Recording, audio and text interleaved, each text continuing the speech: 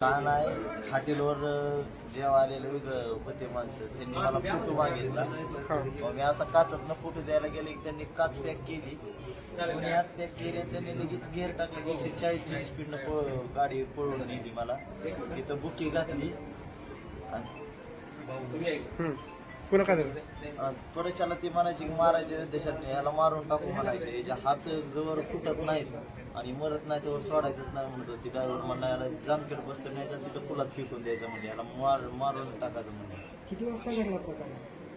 6:15 7:30च्या मध्ये. कोण ओळखीचे होते का तुमचे? काय नाही ना, ओळखीचे नाहीत ना, काय नाही. 15 दिवसात दुसरी घटना. मला धमकीचा फोन यायची एक आणि इतर रिअरमध्ये उचलून नेलं 5 किलोमीटर सिद्धेश्वरच्या पूल जे आहे आपला वडगावचा त्याच्यावर नेऊन फेकून दिलेला आहे मला. जेवण केलंय का? हा, जेवण केलेलं होतं काय नाही.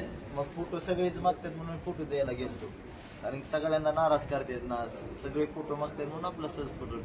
त्यात एक जणांना तवा मला सोडून दिला ना. किती जण होते? काय प्रकार 5 जण, घडला? 5. नेमका प्रकार काय होता म्हणजे काय कशासाठी? सगळं नाही, काय नाही प्रकार नाही ना, काही त्यांची आमची दुश्मनी नाही. फोटो द्या म्हणले म्हणून मी सगळ्यांनाच फोटो देतो.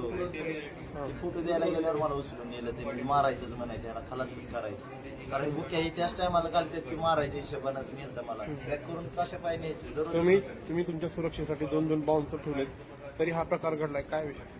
आता ते महाग थांबलेले ते काय करणार? फोटो द्यायला लागलो म्हणल्यावर ते काय करणार? तर गाडीचं गेअर टाकले की 140 पण पळणार, ती तर काय पळणार आहेत का थोडी मागं? काय पोलीस प्रशासनाकडे काय मागणी आहे? पोलीस प्रशासनाची एकच मागणं आहे की पकडून कठोरची कठोर कारवाई, गाडी हुडकूनच आणावी त्यांनी, त्यांच्यावर कठोर ते कठोर कारवाई कारण मला सुरक्षा त्यांनी दिली पाहिजे. कारण की 15 दिवसात 2दा होतो, कारण की मी गरिबीतून वरी आल्यामुळं आणि आज चांगली सेवा करतो जनतेची. 250 रुपयात टाटी विकतो म्हणून भरपूर हे करायला लागलेत आम्हाला. म्हणजे काय ते धंदाच करू नको म्हणाले, असे त्यांचा हिशेबच असलेला झालेला आम्हाला.